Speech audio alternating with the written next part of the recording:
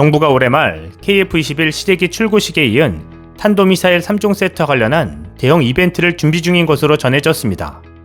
정부 관계자는 15일 현 정부가 주장하는 자주 국방을 위해 현무 4 미사일 개발을 마쳤다는 의미의 이벤트를 준비 중이라며 지난달 KF-21 보라매의 출고식 때와 같은 행사가 될 수 있을 것이라고 말했습니다.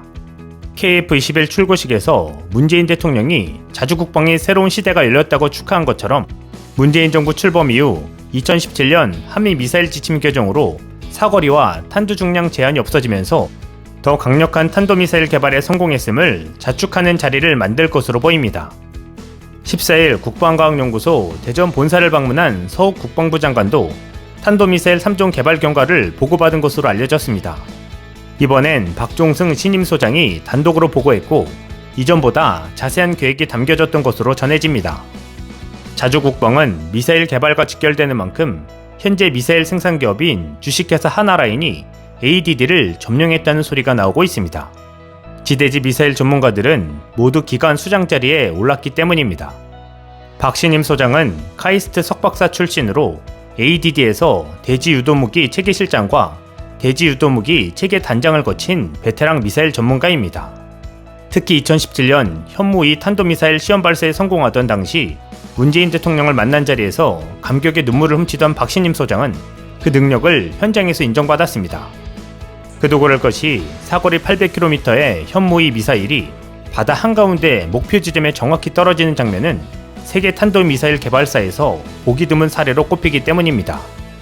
사거리 800km는 남해안에서 북한 전역을 타격할 수 있는 수준입니다. 박 소장의 발탁에 이어 정진경 고에너지 전문가가 첫 여성 부소장에 깜짝 발탁되었습니다. 여성 부소장이 임명된 것은 1970년 ADD가 창설된 이래 처음입니다. 정 부소장은 1995년부터 고에너지 기술 연구 개발에만 몰두해온 국내 최고 전문가로 알려지고 있습니다. 이렇게 기관장들이 미사일 전문가로 바뀌면서 대대적인 조직 개편도 뒤따랐습니다. 기존 무기체계 개발 중심의 조직에서 국방과학기술 분야별 기술센터 체제로 재편되는 것입니다. ADD는 지난 4월 일본부 등 세계 본부에 나뉘어 있던 미사일 연구개발 조직을 통합 강화해 미사일 연구원을 신설했습니다. 그렇다면 국민적 관심을 받고 있는 현무 4 시리즈는 어떻게 개발될지가 관심사입니다.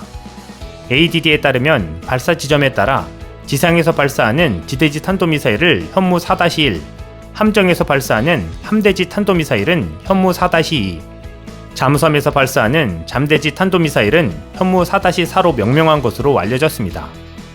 현무 4-1은 사거리 800km의 탄두 중량이 2톤으로 현존 최강인 GBU-57 대비 최소 3배 이상의 관통력을 갖게 됩니다.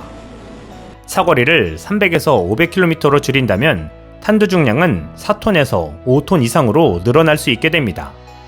미러 중 등 강대국들을 포함한 세계 각국의 단거리 탄도미사일의 탄두 중량이 대략 500에서 1톤 수준인데 비하면 세계 최고 수준의 탄두 중량이라는 말이 과장이 아닌 것입니다. 강화 콘크리트는 24m 이상, 일반 지면은 180m까지 뚫을 수 있어 사실상 전술핵급 위력에 달하는 것으로 알려집니다. 다시 말해 현무4 한 발로 축구장 200개를 초토화시킬 수 있는 수준입니다. 김여정 북한 노동부 부부장이 지난 3월 말 우리 미사일 시험 발사를 문제 삼은 것도 바로 현무4였습니다.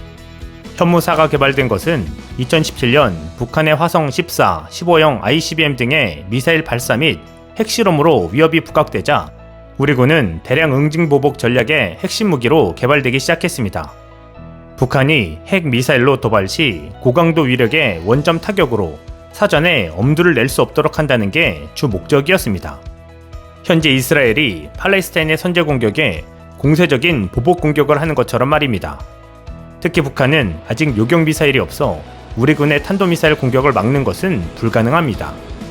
북한도 현무4에 버금가는 KN-23 개량형을 발표했지만 현무4에 비해 위력은 떨어지는 것으로 알려졌습니다.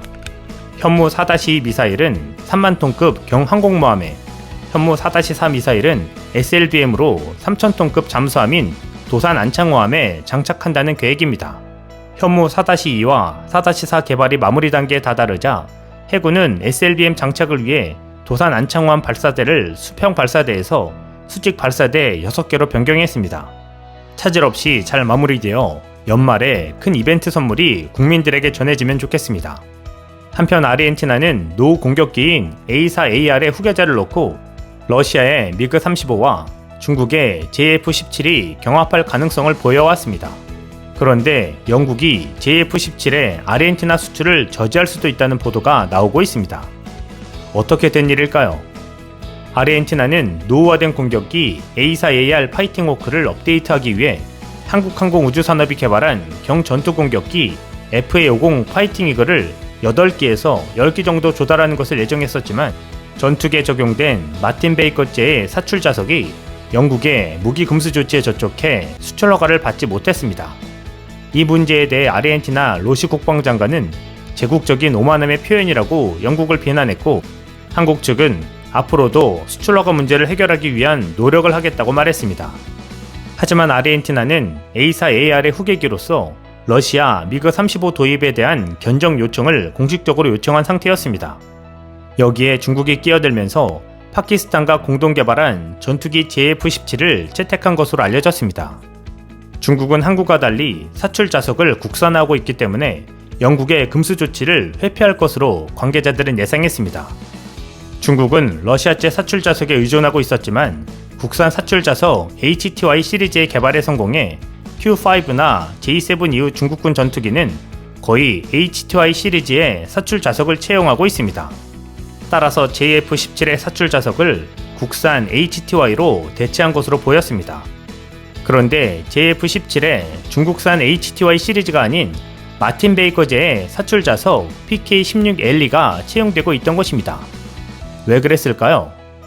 중국이 파키스탄에 수출한 Q5 또는 J5에 탑재하고 있던 중국산 사출 자석이 여러 번 비상 사출에 실패했기 때문입니다.